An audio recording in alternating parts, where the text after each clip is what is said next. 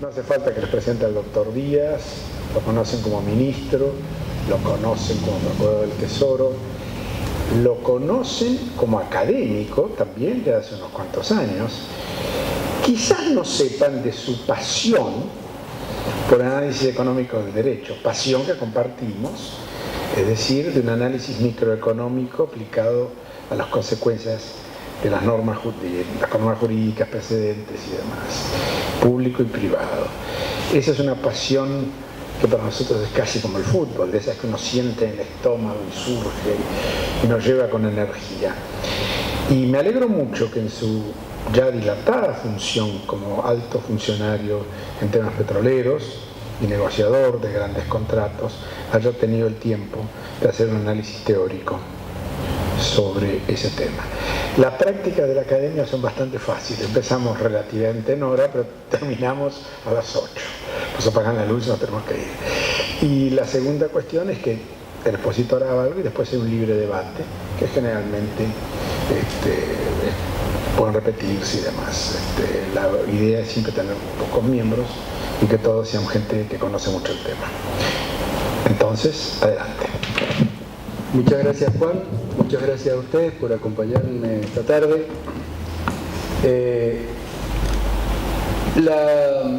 La parte general de esta investigación la presenté el 8 de marzo en Bolivia, en la Universidad NUR, que fue la verdad una invitación de la Universidad NUR de Bolivia, la que dio razón de que sistematizara un poco y ordenara esta investigación. Fue una muy buena experiencia. Esa es la primera cosa que les quería decir. Y otras dos cosas más. La primera es que esta investigación se refiere a ciertos estándares internacionales de la contratación petrolera. No se refiere a la experiencia argentina específica. Y la segunda cosa, y la tercera cosa que quiero decir, es que la publicación de este trabajo, tanto en los anales como la separata puntual, va a estar dedicada al mejor abogado de contratos petroleros de su generación, a mi querido amigo y colega, el doctor Néstor Falivene. Esta conferencia va a ser necesariamente introductoria, propedéutica, porque el tema es enorme y el tiempo que vamos a disponer es limitado, y va a ser más o menos así. Voy a tratar de hacer una caracterización introductoria del tema que es imprescindible, porque si no después es imposible volver al análisis económico del derecho sin un contexto general. Voy a hacer algunas notas históricas de la contratación petrolera que también son relevantes para poder volver sobre la reflexión analítica que vamos a hacer, y después vamos a entrar más en lo propiamente puntual de la cosa. Voy a tratar de explicar la perspectiva desde dónde voy a abordar el análisis. Voy a hacer una muy breve inducción acerca del análisis económico del derecho, de lo que, como yo lo abordo aquí. Después vamos a ver una tipología de los contratos y vamos a ver cómo funciona de dos maneras. Cómo funcionan las instituciones en los contratos como tal, y cómo cada una de las instituciones, desde las perspectivas contractuales que yo voy a analizar acá, impactan el desempeño general de la contratación petrolera en el contexto de toda esta actividad. Después veremos de hacer un resumen. Para que midamos la escala de lo que trata esto. Cada día se producen 92 millones de barriles de petróleo y cada día se producen 9.700 millones de metros cúbicos de gas en el mundo.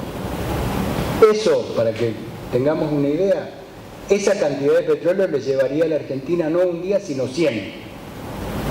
Y esa cantidad de gas le llevaría a la Argentina no un día, sino 150. Entonces, eso es el peso de la actividad sobre lo que esta contratación se acerca. Claro, esa es una épica de ingenieros, porque son ellos los que van al borde del desierto, los que van al calor de Kuwait, al frío del Atlántico Sur, son ellos, sí. Pero esa épica de ingenieros no se da en el vacío, se da en un contexto legal y contractual bastante específico. En la literatura se dice que para un proyecto petrolero hay por lo menos 100 contratos. Está acá Adrián, pero yo me imagino que si uno dice, depende del tamaño del proyecto, porque si es Cerro Dragón, son más.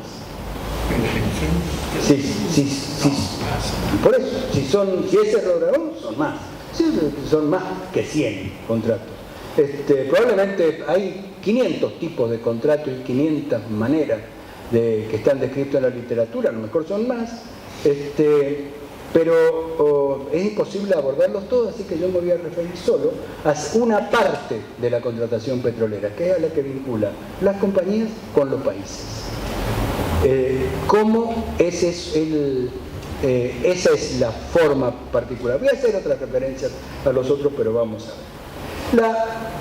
La actividad hidrocarburífera tiene ciertas características. La principal, que afectan esto que estamos hablando, la principal es el riesgo geológico. Nunca nadie sabe si cuando empezás un proyecto, si cuando empezás un proyecto vas a encontrar petróleo o gas. Nunca se sabe hasta el final. Por supuesto hay medios ahora, más tecnología, no sé qué, hay sísmicas tridimensionales en colores, sí, pero al final del día el riesgo está ahí y cambia el riesgo. En la época de exploración el riesgo es muy alto porque nunca sabes si vas a encontrar. Y entonces, en esa época, en ese momento, en general los gobiernos, que son los dueños de los recursos, quieren alentar la exploración, alentar la investigación, y entonces proponen condiciones más o menos inductivas. Ahora, cuando una vez que se encuentra petróleo comercialmente explotable, ya el riesgo cambió. Y entonces el riesgo se hace más chico, ya las certidumbres crecen, y los gobiernos dicen, bueno, pero en fin, empiezan a cambiar la actitud, y entonces aquella actitud inicial de inducción hacia la exploración en la cosa cambia para pretender otro tipo de actitud, en el sentido de decir, bueno, a ver, vamos a renegociar, vamos a ver, ya voy a volver sobre eso, pero es muy importante. Otro tema es relativamente incómodo, pero que es importante para entender, es el concepto de renta petrolera. Si uno descuenta las enormes inversiones, y sobre todo las inversiones fallidas, que la industria petrolera requiere para llegar a encontrar petróleo, una vez que lo encontraste, el petróleo en realidad tiene un costo que o produce un ingreso que es superior a su costo de oportunidad. Por eso se habla de una renta petrolera. Sí, la renta petrolera siempre y cuando, pongas entre paréntesis todo lo que es lo que habíamos hablado antes yo del tema de la inversión inicial. Otro tema es la inversión inmovilizada. Una vez que vos empezaste, hiciste un proyecto, hiciste los pozos, las instalaciones, las facilities y todo lo demás, todo eso es mucho más inmóvil que las inversiones en el sector industrial, etc. No sirven para otra cosa. Una vez que hiciste un pozo, que son carísimos, algunos cuestan centenares de millones de pesos, como nuestros pozos en Acambuco, una vez que lo hiciste, no sirve nada más que para ese lugar, ese pozo. Y entonces esa inversión, hundida que hay, esa inmovilización de recursos, es otra incentivo que suele darse en los gobiernos, porque vos tenés una flexibilidad de negociación muy restringida una vez que tenés enterrado buena parte de tu capital. Otra característica es la volatilidad de los precios. Todos lo estamos viendo ahora, en los 90 fue de 8 a 14. Al principio a mediados de los 2000 era $120 el barril, y ahora ha subido de 30 y tantos, 40, y está, por lo que vi ayer, a 70 y tantos el Brent. Puede bajar a 60 y no sé qué, pero quiero decir la volatilidad de los precios, y eso, van a ver ustedes, es determinante en el funcionamiento de la contratación, porque si los instrumentos que usás son muy rígidos y no tienen aptitud para reflejar esa variación, producen efectos contractuales. Suponte, yo tengo un instrumento contractual que no es capaz de asumir el crecimiento del precio que mejora mi rentabilidad, mi contraparte ve en un desequilibrio contractual sobreviniente, y como mi contraparte en general tiene cierto tipo de poder soberano, lo que termina pasando es que te imponen una negociación, como nos ha pasado a nosotros en diversos lugares. Digamos, a ver, por poner un ejemplo, solamente mi compañía, en Pan American tuvimos que cambiar la naturaleza y renegociar, porque así fue impuesto por el gobierno, por el Estado boliviano, nuestro contrato de Caipipendi. Teníamos un contrato de una forma determinada, lo tuvimos que renegociar de otra forma. Está bien, eso se hace, pero al final del día, desde el punto de vista estrictamente contractual, yo no digo que no se pueda hacer, pero debe ser tenido en cuenta. Y finalmente creo yo que hay otra cosa que es importante tener en cuenta, que es la politización que genera esta cosa. Como les decía, la relación dominante en la estructura contractual del petrolera es la relación entre el Estado y las compañías contractuales. Pero no se dan en el aire. Está bien, los Estados son los dueños del recurso, las compañías normalmente se señala que son las dueñas, las que aportan el capital y las que aportan la tecnología. Pero también es importante tener en cuenta que aportan un tipo específico de gestión, que es la ingeniería de petróleo, que no es igual que otra. Y las diferencian unas compañías de otras la calidad de ese tipo, de esa contribución específica que hacen las compañías que contratan con los estados. Pero bueno, esta relación entre los estados y las compañías tampoco se da en el aire. Se da en una cosa que llamamos el mercado petrolero. Para no ser demasiado estricto, vamos a aceptar esa denominación, porque es la que se usa generalmente, pero no vamos a entrar a precisar cuán perfecto o imperfecto es ese mercado. Es un mercado que por definición es internacional, como por definición es incierto, por definición es cambiante, y si bien es cierto es competitivo, tiene unas características de competitividad bastante particulares en la medida en que está interferido no solo por la presencia de jugadores estatales, como el caso particular de los cocontratantes que pueda tener una compañía en cualquier país, sino de jugadores como la OPEP, que son jugadores internacionales que imponen condiciones determinadas en determinadas circunstancias. Un premio Nobel que a nosotros los que hacemos análisis económico del derecho nos gusta citar con frecuencia es Douglas North. En general lo citamos porque Douglas North le dio mucha importancia a las instituciones. Y no solamente a las instituciones, sino a la historia. Y él dice, la historia importa. History matters. ¿Por qué? Y dice, la historia importa porque lo que vincula el pasado con el presente, dice North, son las instituciones. Y la verdad, que en mi opinión tiene bastante razón. Te voy a poner un ejemplo, vamos a poner un ejemplo con el tema petrolero. Una característica definitoria de nuestro sistema petrolero, por ejemplo, es la propiedad estatal de los recursos. No importa si es estatal, federal o provincial, pero en nuestros sistemas los recursos son estatales. Eso viene de la historia, eso viene de la época de Carlos III, de lo que se llaman las ordenanzas de Aranjuez, que en realidad fue una ordenanza. Carlos III gastaba mucho tiempo escribiendo cosas, algunas bastante buenas miradas con el tiempo. Entonces escribió las ordenanzas de Aranjuez, donde él explica y se apropia, bien escrito, que las minas y en lo que a nosotros nos importa el lenguaje, los jugos, los bitúmenes y otros jugos de la tierra pertenecen a la corona.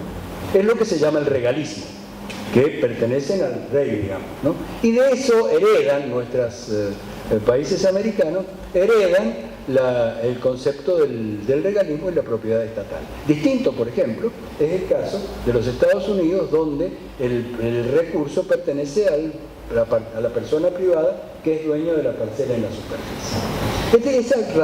Ese ejemplo de la tradición histórica en una institución tan relevante, no lo vamos a hacer acá, pero si nos ponemos, nos vamos a encontrar una serie de características propias de nuestra industria petrolera que hemos también heredado la industria minera, que también que tienen mucha explicación histórica.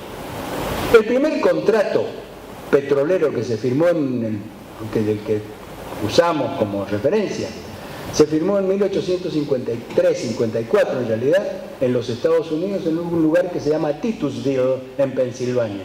Lo firmó un trabajador que se llamaba Edwin Drake, que andaba buscando cómo hacer para fabricar querosén para las lámparas, ¿no? Habían empezado las lámparas Miller, ¿no? Y había que poner cómo hacer querosén mejor para las lámparas. Y le habían contado que ahí en Titusville había un lugar que se llamaba Oil Creek, obvio. Entonces habían descubierto, había un afloramiento como es muy común por otra parte, ¿no? Un afloramiento. Entonces él hizo su primer contrato con el dueño de ese lugar, y es un contrato de concesión. Un contrato de concesión que tiene todas las características típicas que vamos a ver enseguida de la concesión.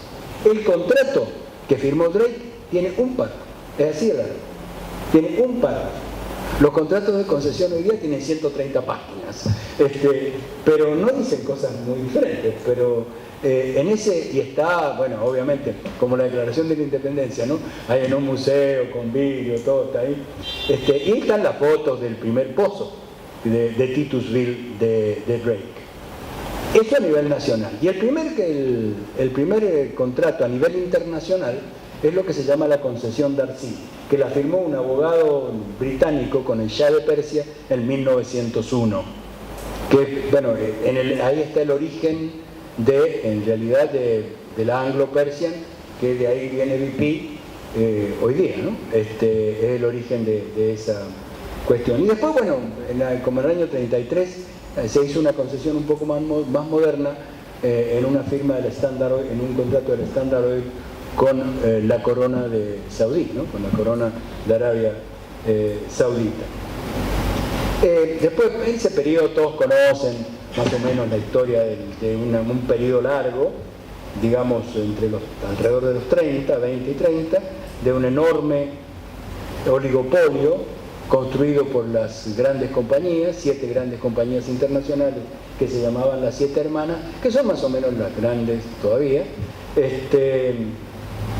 Y eso llega hasta la Segunda Guerra Mundial. En la Segunda Guerra Mundial el mundo cambia, y esto también, y pasan varias cosas.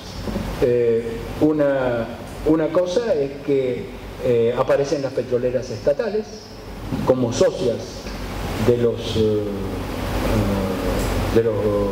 inversores privados, de un modo mucho más generalizado. El segundo es una resolución de las Naciones Unidas del año 62, que dice que los países, como un derecho de los países a la propiedad de sus recursos naturales. Es la resolución 1803 del año 62 de las Naciones Unidas. Y después, por supuesto, al principio de los 60, la fundación de la OPEP, de la Organización de los Países Exportadores de Petróleo. Eso cambia las condiciones institucionales generales y naturalmente influye en el modo como se ordenan los contratos, la contratación petrolera. Siempre, cuando se quiere explicar la historia de la evolución del mercado petrolero y de los contratos petroleros, el primer reflejo es la explicación del política, la explicación de los ciclos políticos, ¿no? Hay uno que dijo: todo lo que no es química es política. Yo estoy bastante de acuerdo con eso, pero en este caso particular más o menos, porque en realidad si uno busca una explicación que se aplique siempre y a todos los casos, no es lo político. Hay a veces que la política explica algún caso, y hay periodos donde la política explica, durante un periodo, pero no hay una explicación política válida para todos los casos y siempre, y todo el tiempo. En realidad yo creo que la explicación tiene mucho más, en lugar no tanto que ver con la ideología, y bastante más que ver con la racionalidad estratégica. Y en esto, veamos también aquí, vamos a ese punto. Bueno, el académico Sola en su conferencia de incorporación. En su conferencia de incorporación hizo referencia sí, bueno, está bien, pero lo hiciste y la publicaste.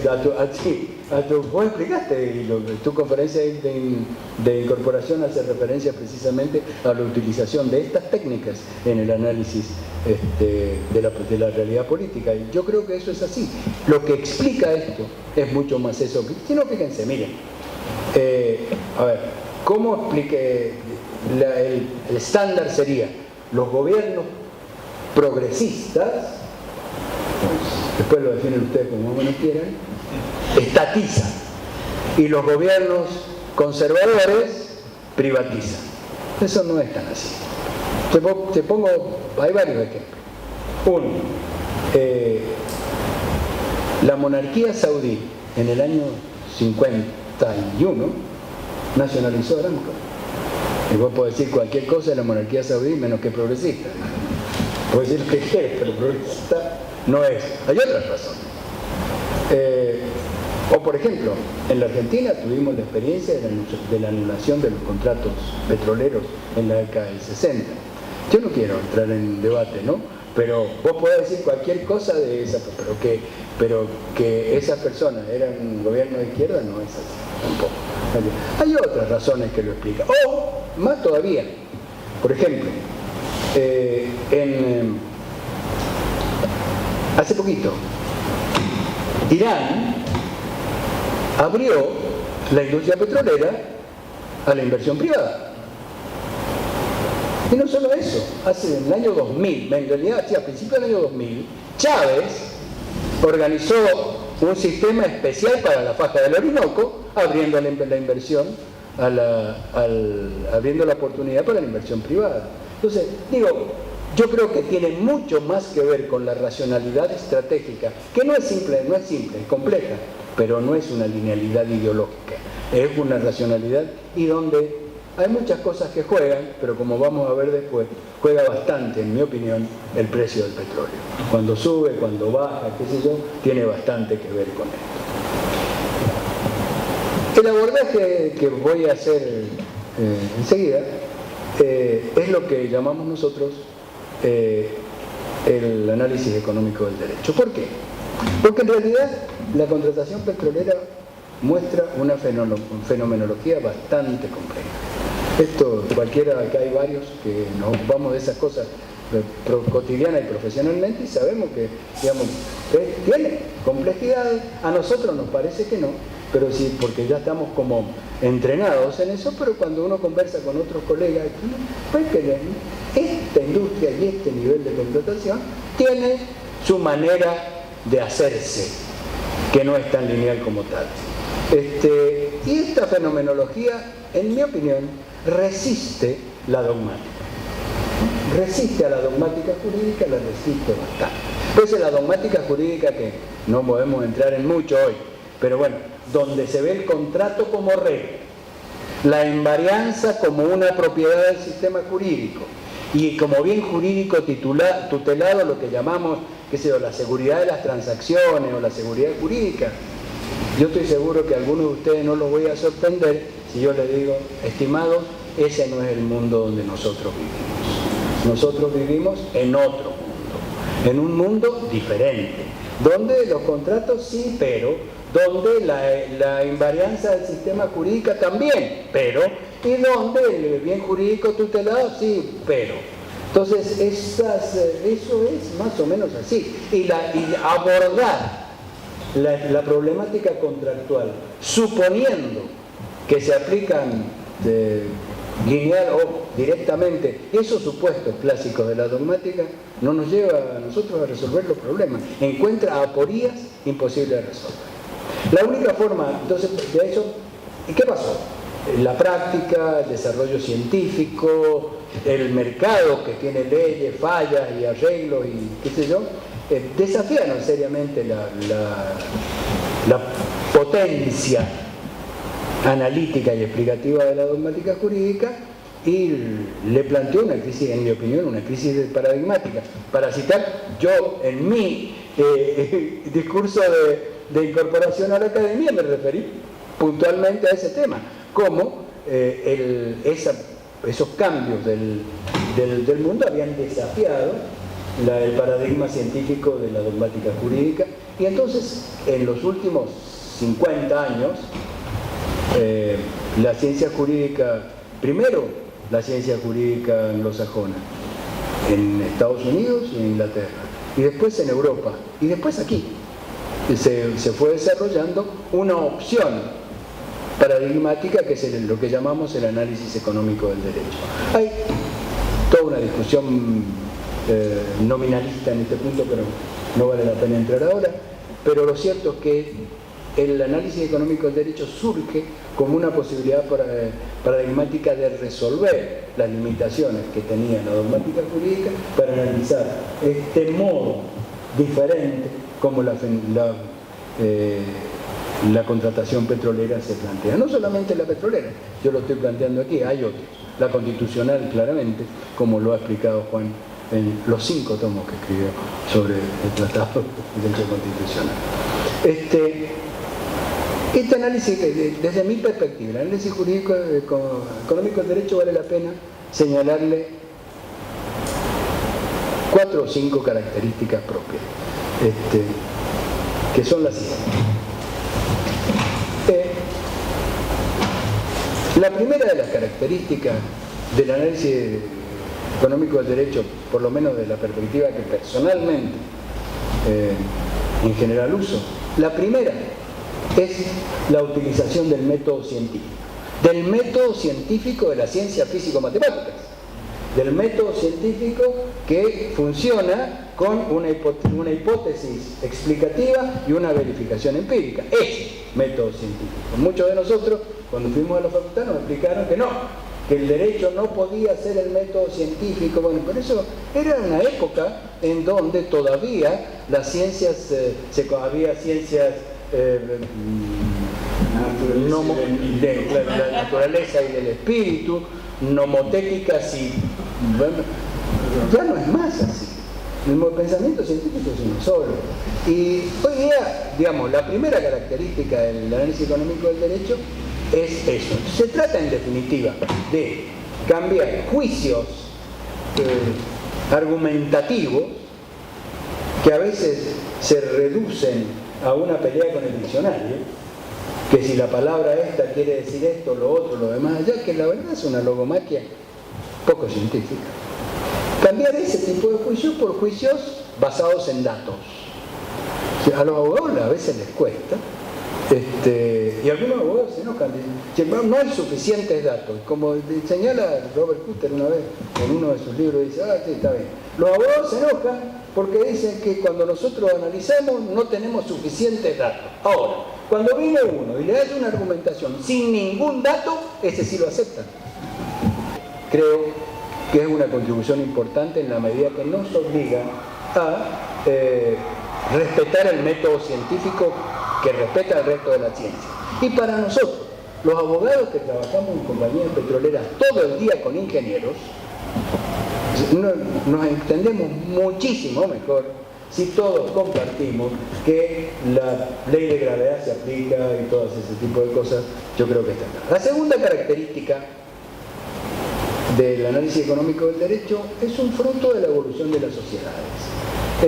La sociedad, del proceso de modernización, si ustedes quieren, de la sociedad tiene muchas características, pero hay una que es relevante para él. Una, las sociedades tradicionales tienen un énfasis en el pasado. La fuente de legitimidad social de la sociedad tradicional está en el pasado. ¿Esto por qué? Porque se dice así, era la manera, qué sé yo. Esa es la sociedad tradicional. La sociedad moderna no. La sociedad moderna cambia el énfasis del pasado al énfasis en el futuro. Y esto tiene efecto en el análisis jurídico. Porque en el análisis jurídico el énfasis puesto, el énfasis de la dogmática clásica está puesta en el pasado. Es decir, en el input del sistema. El input del sistema son las normas. Lo que estaba antes de ese punto, el énfasis en el pasado está puesto en el input del sistema, que son las normas. El énfasis en el futuro, que es el énfasis del análisis económico del derecho, no está puesto en el input, sino en el output, en el producto del sistema, que son las decisiones, y sobre todo en las consecuencias de las decisiones que se toman. Y acá esto tiene un impacto metodológico importante. Una cosa es el instrumental analítico que necesitas para ver las normas, el pasado, el input, y otros instrumentos, otra caja de herramientas necesitas para analizar las consecuencias de las decisiones. Sobre todo si querés analizarlas con datos y con pruebas. Eso también lleva a la necesidad de un cambio metodológico importante. La tercera característica es la siguiente.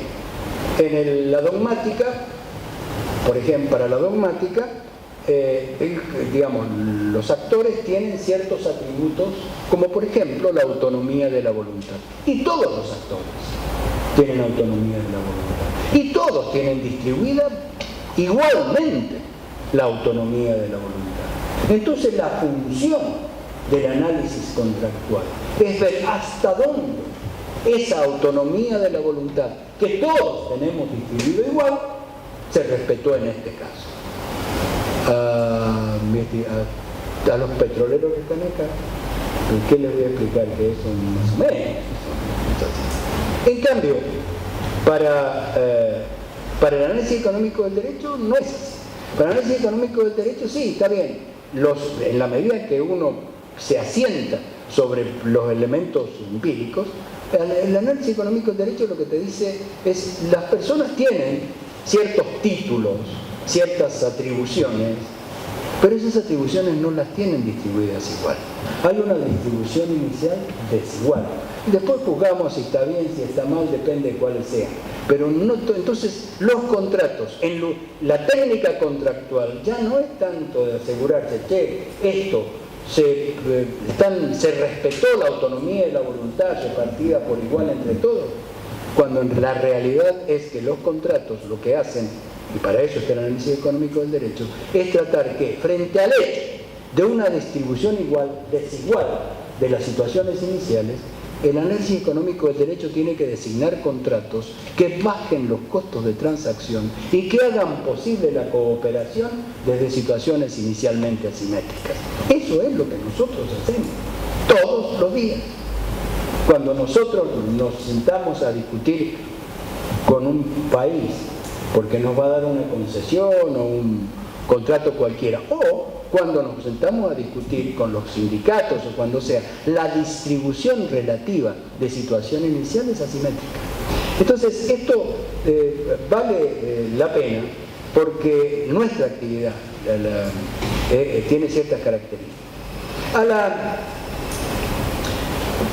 ¿Cómo se mide esa asimetría? Esa asimetría se mide por la dificultad que tenés para ponerte de acuerdo. Porque si estamos en una situación asimétrica, de una situación de distribución inicial asimétrica de los recursos, es más difícil o menos difícil ponerse de acuerdo. Entonces, a la medida de esa dificultad la llamamos los costos de transacción. Y la actividad petrolera tiene dificultades y por eso tiene costos de transacción bastante altos. Entonces, si ustedes se fijan, para la dogmática hay ciertas cosas que son como anomalías. Por ejemplo, los contratos de adhesión, bueno, eso es una anomalía. Los contratos que se tienen que hacer con, digamos, pliegos iniciales preestablecidos. Ahí no funciona mucho la autonomía de la voluntad, porque ya está preestablecido eso. Entonces y nuestra actividad está llena de esas cosas. Si en la contratación petrolera la juzgás desde la autonomía de la voluntad, desde ese tipo de equilibrios, etc., y hasta las otras cosas las considerás anómalas, y bueno, entonces el sistema de contratación petrolera sería un sistema de anomalías. Y eso no es así. Eso no es así. Yo creo que lo que pasa es que para el análisis económico del derecho esas no son anomalías. Son técnicas para bajar los costos de transacción. Porque cuando vos tenés un contrato tipo, un contrato de adhesión, pliegos de condiciones preestablecidas, no es que le estás cercenando la autonomía de la voluntad de tu contratante. Lo que estás haciendo, estás bajando los costos de transacción de modo que haga posible la cooperación entre dos actores que tienen una distribución desigual de los recursos iniciales. Entonces, por eso es tan, creo yo, tiene una virtualidad tan potente el análisis económico del derecho en el análisis de nuestros contratos, de nuestra actividad.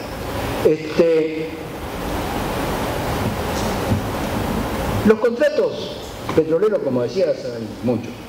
Yo voy a analizar solamente los contratos que se dan entre el Estado y la compañía contratista. En realidad hay muchas formas, pero hay 4 tipos, diríamos, tipos ideales en el sentido weberiano, si la socióloga presente me lo permite. Hay 4 tipos ideales, sencillos, después mezclas y formas y matices y cosas, pero los tipos ideales son básicamente 4. El primero es la concesión. El segundo son los contratos de producción compartida. El tercero son los contratos de servicios y el cuarto son las joint ventures. Y la realidad de la infinita variedad de contratos que hay, la literatura te lo muestra, dibujos, gráficos y cosas que te muestran cómo, con elementos de cada uno de estos 4 contratos típicos y ideales, se construyen la fenomenología de todos los contratos que se dan. El contrato de concesión, como decía, es el primero de todos los que aparece, el que apareció, yo les contaba, en los Estados Unidos y en la concesión de Arcy, y lo básico es lo siguiente: te da derechos exclusivos de exploración y de explotación de recursos petroleros a cambio de una contraprestación que son las regalías. Esto es lo básico. Se hace generalmente sobre un área determinada y sobre un periodo, y por un periodo determinado. Acá es muy importante señalar lo siguiente: en este tipo de contrato, el petróleo, es decir, el petróleo producido, pertenece al contratista, a la compañía. El Estado no aporta capital, los costos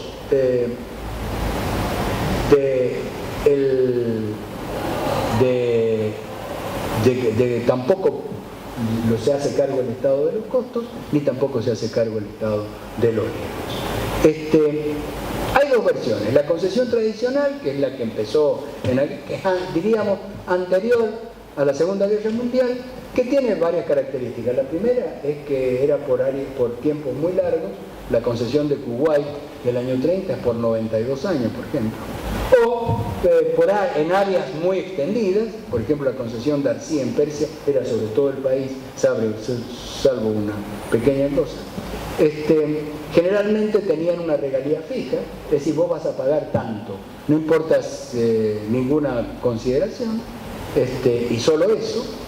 Entonces siempre se señaló, o tiende a señalarse en la literatura, un cierto desbalance entre el contratista y el Estado. En la Segunda Guerra Mundial aparece una versión renovada, distinta de la concesión, donde lo fundamental es lo siguiente: primero se acortan los periodos.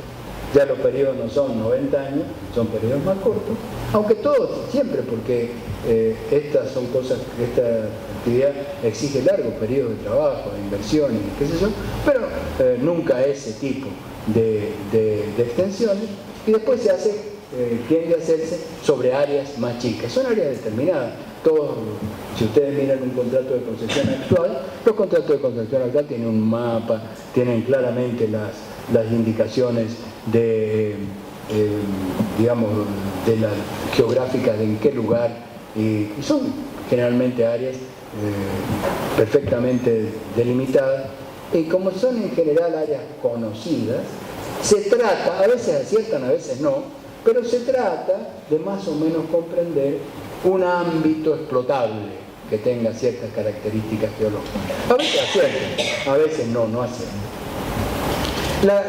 Como digo, yo creo que después se agregaron ciertas cosas, como por ejemplo mecanismos móviles de regalías que se modifican, depende de la productividad, etc. Y creo que eso, hoy día las concesiones, sobre todo en la Argentina, las concesiones han ido evolucionando hacia ese tipo. Pues en realidad las concesiones que hay hoy son concesiones relativamente modernas, porque la mayoría han sido mal que mal rediseñadas en los últimos 15 años, y eso ha llevado a que tienen incorporado a su manera buena parte de estas características. Por ejemplo, qué sé yo, Tadrián, que tuvo una destacada participación, por ejemplo, en la renegociación de la concesión nuestra de Cerro Redondo, que tiene elementos diversos. No es tan lineal, tiene un área bien definida, tiene compromisos importantes de la compañía, mucho más allá de la mera regalía. No solamente la nuestra, todas, Loma de la Lata, todos son así, tienen todo este tipo de características. El segundo tipo de contrato es lo que se llama el contrato de producción compartida. Este es un contrato que aparece en la década del 60 en Indonesia. A lo mejor algunos se acuerdan, en una época había un caballero que se llamaba Sukarno, que con los años cada vez como algunos, le agarra un ataque como de la izquierda. No he visto algún otro por ahí que también se empieza a escorar hacia la izquierda, y Sukarno se fue yendo cada vez más hasta que un día el mundo entero dijo: no, enderécese un poco, y pusieron otro caballero que se llamaba Sukarto.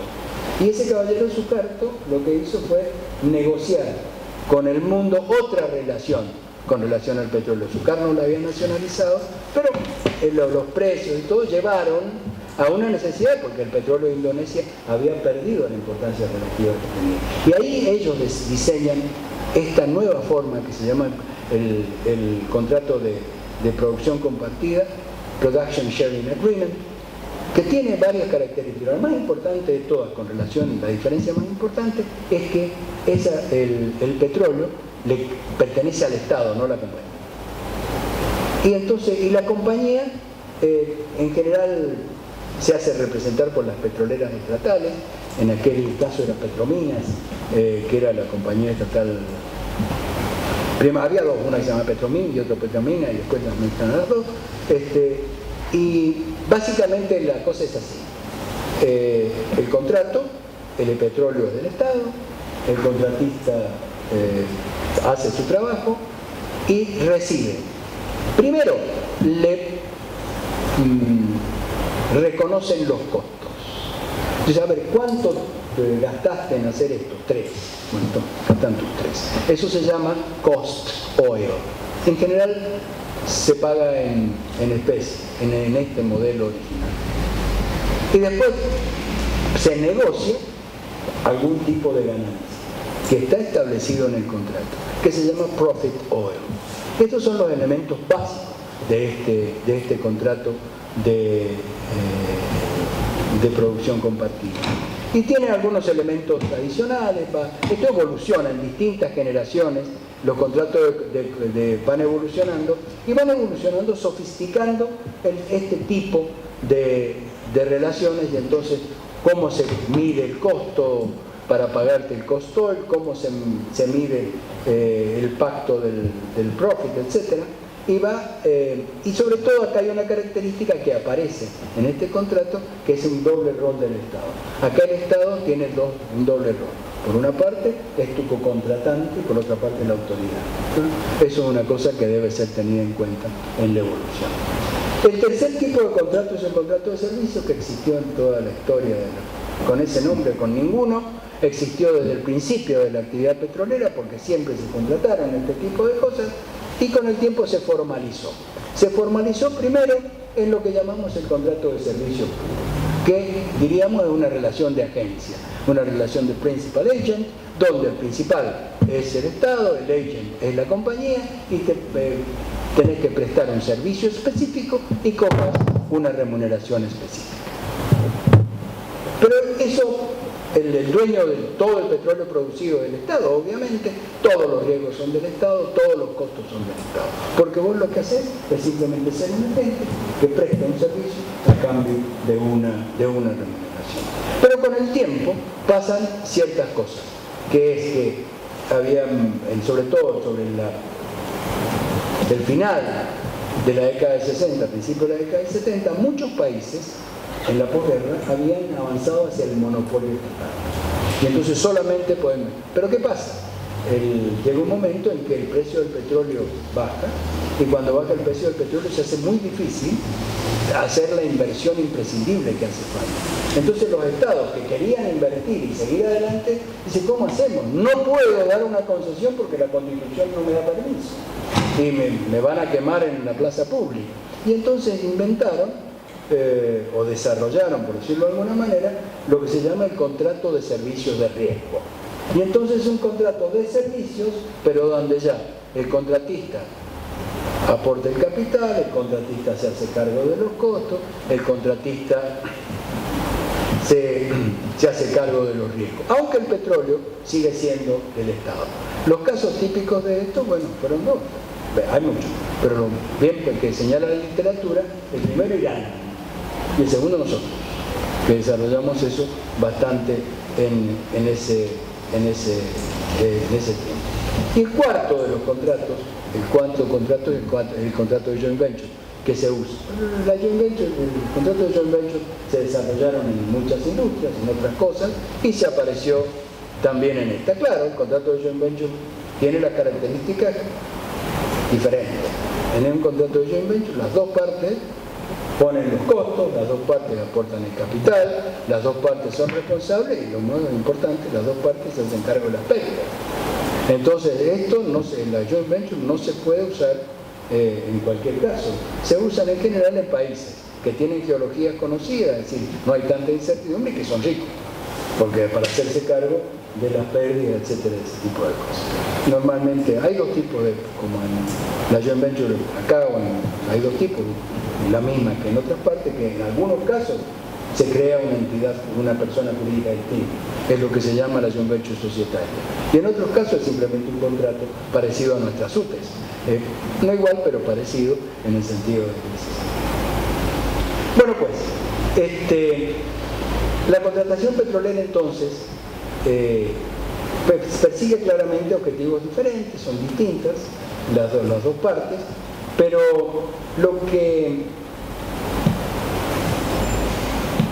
define el perfil de los contratos son básicamente dos cosas. Primero, la transferencia o no del petróleo producido. Y segundo, cómo se distribuye o no la renta, los riesgos, sean los riesgos de exploración, de producción o de mercado, y la responsabilidad. Y hay distintas maneras de hacerlo, pero yo creo que esas cosas son las que definen las características de cada uno de los. Por ejemplo, en el contrato de concesión, todo el riesgo y todo el beneficio es del contratista. Y en el contrato de producción compartida, el riesgo de exploración y la participación en beneficio es del contratista. En la joint venture es parecido, y en los servicios el contratista no tiene ningún riesgo y todo el riesgo lo tiene el Estado. Pero bueno, esa distribución de riesgos es una. Y el otro tema es la distribución de los resultados. En la distribución de los resultados, donde es más potente el análisis económico del derecho. ¿Por qué? Porque, a ver, hay un concepto que se usa en la contratación petrolera que es el government take, que es el conjunto de cargas y derechos que los estados imponen a la actividad petrolera. No quiero entrar en una definición mayor porque a nosotros no nos resulta de utilidad en este caso. El government take se puede simplificar en pocos elementos. Por ejemplo, hay algunos elementos, digamos, los instrumentos por los cuales los estados implementan el government take se pueden simplificar. Hay algunos instrumentos que se basan en la propiedad del recurso. El instrumento son las regalías. Las regalías no son un impuesto, son una contraprestación por el acceso al recurso. Hay regalías fijas y regalías móviles. Ya me voy a referir un minuto sobre eso. Después hay instrumentos del government take que se basan en la potestad impositiva del Estado, como en cualquier cosa, que son obviamente los impuestos. Hay impuestos de diversos tipos, no voy sí, ya lo vamos a ver, pero es el segundo componente. Y hay un tercer como instrumento que usan los gobiernos para apropiarse del government take, que están basados en los contratos. Hay básicamente dos tipos. Por una parte, los bonos, es decir, los pagos de una suma fija en determinado momento. un bono a la firma, o un bono cuando se declara la comercialidad, o un bono de ese tipo, que generalmente son pagos únicos o pagos de una vez, de una suma fija, frente a una contingencia específica prevista en el contrato. Y la otra son las participaciones, que hay varias, pero las dos principales son, hay veces que el Estado participa en las ganancias o en los ingresos del proyecto como cocontratante, y hay veces que participa solamente en las ganancias o en la producción porque lo ha pactado en el contrato. Veamos las regalías. Las regalías, como les decía, son eso, pero tienen el inconveniente que en general, si están solas, aisladas, son un porcentaje determinado de la producción que se evalúa y que no importa cuánto sea la producción, no importa cuánta plata se gane, no importa si el negocio va bien, no importa si el negocio no va mal, mientras produzca, es ese el porcentaje. Entonces esa rigidez hace que hay circunstancias donde, por ejemplo, en determinado momento el precio es muy alto o la rentabilidad de la compañía es muy alta, y entonces el Estado percibe esa regalía fija como inequitativa. Y entonces termina siendo un incentivo para que imponga renegociaciones obligatorias. Entonces se han desarrollado elementos para tratar de hacer más flexible, más sensible a las variaciones de mercado, a las regalías. El caso, hay diversos, el más generalizado es algún tipo de factor, en general se llama factor R, en Bolivia se llama factor beta, pero es más o menos lo mismo, que son a ver cuánto gastaste, cuánto ganaste, cuánto gastaste, cuál es el índice que te da. Depende de ese índice, a ver, si sube mucho, bueno, entonces lo que hacen es una escala en función de cómo te da la relación entre lo que gastas y lo que ganas. El segundo elemento es el segundo instrumento son los impuestos. Y los impuestos también hay que tener cuidado porque no todos los impuestos son iguales, no todos los impuestos, que ustedes lo saben ustedes, tienen el mismo efecto sobre la economía y sobre las cosas. Hay que tener cuidado con lo que se hace. O va a poner un impuesto en un sentido pretendiendo lograr determinado objetivo, cuando quisiste acordar produjiste un efecto que no querías, exactamente al revés de lo que estabas esperando. Por eso hay que tener cuidado con el tipo de impuestos que se ponen. En general, los impuestos fijos, ligados solamente a los volúmenes, que no se hace cargo ni de los precios ni de las rentabilidades, ese tipo de impuestos son impuestos que no terminan siendo funcionales al desarrollo de los proyectos. Entonces hay que acomodarlos, en general hay que acomodarlos a tipos de impuestos que carguen más los beneficios y carguen, que es en realidad lo que en general sucede, porque la política impositiva de los países contemporáneos en general trata de imponer impuestos netos. A veces lo consigue, a veces no, pero intentan, esa se dice la teoría, y esto es lo que en general debe ser así. El otro tema, los bonos también son rígidos en la medida que no importa si te va bien o te va mal. Vos tenés un bono a la firma, lo pagás, te va bien, ya lo pagaste, te va mal, ya lo pagaste. Entonces ese tipo de cosas también deben ser tenidas en cuenta. Lo mismo pasa con el tema de las participaciones.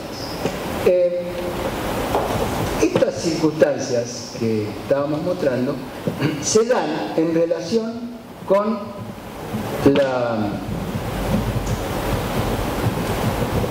la vida de los contratos petroleros. Veamos esto. Los contratos petroleros y la actividad petrolera tiene esas características que yo señalaba y termina determinando en realidad muchas veces cierta inestabilidad en los contratos. Entonces, esa inestabilidad de los contratos en general depende del diseño. Hay que hacerse cargo y ver el diseño que eso tiene. Por ejemplo, hay que ver los distintos elementos que tiene un contrato, cómo reaccionan con relación a varias cosas. Yo voy a usar 4 ejemplos. ¿Cómo reaccionan frente a la variación de la rentabilidad? ¿Cómo reaccionan esos instrumentos? ¿En qué momento el instrumento incide en el proyecto? cuánto riesgo asume el Estado y cuánto te ayuda o no te ayuda a estimular la inversión. Y con eso voy a terminar. Hay algunos instrumentos que reaccionan bien frente a la rentabilidad y algunos que reaccionan mal, algunos que reaccionan regresivamente, es decir, que vos tenés un determinado instrumento, la rentabilidad varía en beneficio de la compañía y el Estado se beneficia menos que proporcionalmente. Eso no es equilibrado y al final produce incentivos que en el largo plazo van en contra de la estabilidad del contrato. Por eso hay que anticiparlo y decir, vamos a diseñar un bono que no sea regresivo. O por ejemplo, otro componente que suele ser regresivo son las regalías fijas. Por eso se han buscado mecanismos que sean neutrales por lo menos, que la relación en la distribución de los resultados sea por lo menos igual, y si la rentabilidad sube, que por lo menos no mejore, pero que por lo menos no desmejore la participación relativa del Estado. Esto, desde el punto de vista del análisis económico del derecho, no es porque está bien, está mal, no, es porque termina siendo un incentivo que atenta contra la estabilidad del contrato.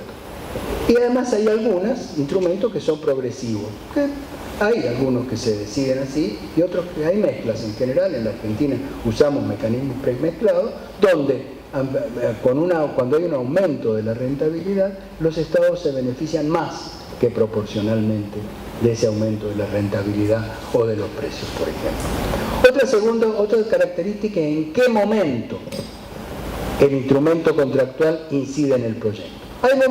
Hay algunos instrumentos que inciden al principio. Por ejemplo, el bono a la firma. Ese incide al principio. Te vaya bien o te vaya mal, incide al principio. Pero nosotros al diseñar el contrato tenemos que tener en claro cuándo impacta. Porque esto impacta a cerrar cuenta. Hay otros que dicen, bueno, es una carga neutral. Carga en la vida normal del contrato ni al principio ni al final. Hay otros que cargan sobre el final. Acá no hay final porque son contratos de largo plazo. Cargan después. Cargan en la continuidad del contrato. El caso típico de esto son las participaciones en las ganancias, tanto de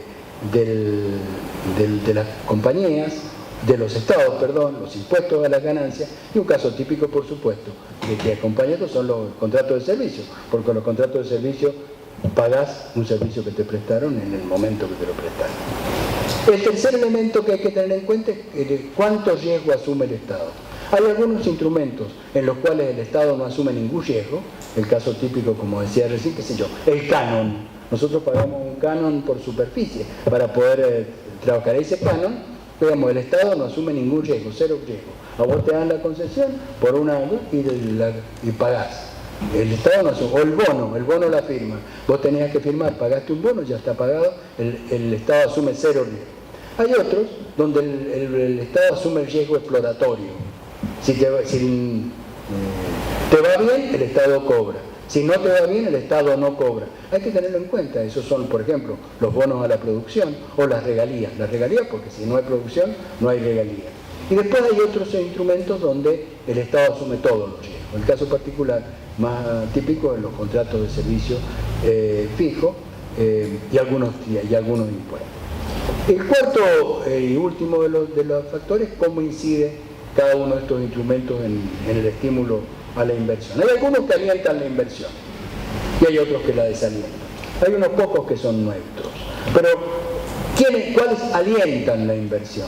Que no haya un bono a la firma, que el canon por superficie sea bajo, que las regalías, si son en función de la producción, es mejor que sean fijas, y que si tenés un contrato de producción compartida, te devuelvan lo que gastaste.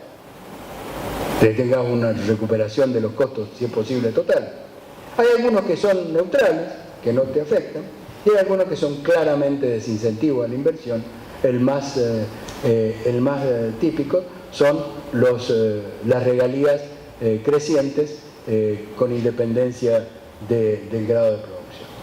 En síntesis, pues, yo creo que yo no he pretendido dejar acá de ninguna manera un saldo práctico que sea útil para algo, hacerlo ya, sino una reflexión general de cómo funcionan los instrumentos de la contratación petrolera con relación al desarrollo de cada uno de los proyectos. A mí me parece que el análisis económico del derecho nos provee algunos elementos que indudablemente aclaran, precisan y hacen más eficiente la cosa. Primero, saber cómo influye cada uno de los temas de los instrumentos de distribución del ingreso en la vida del contrato, tener en claro que el equilibrio de la relación contractual es una necesidad de la estabilidad del contrato, que para una actividad como la hidrocarburífera de muy largo plazo es imprescindible. Y bueno, y por eso digo, está bien, para sacar el petróleo lo que hacen falta los ingenieros, pero para hacer esto un poco más ordenado hacemos falta nosotros, ¿no? Eso no, gracias.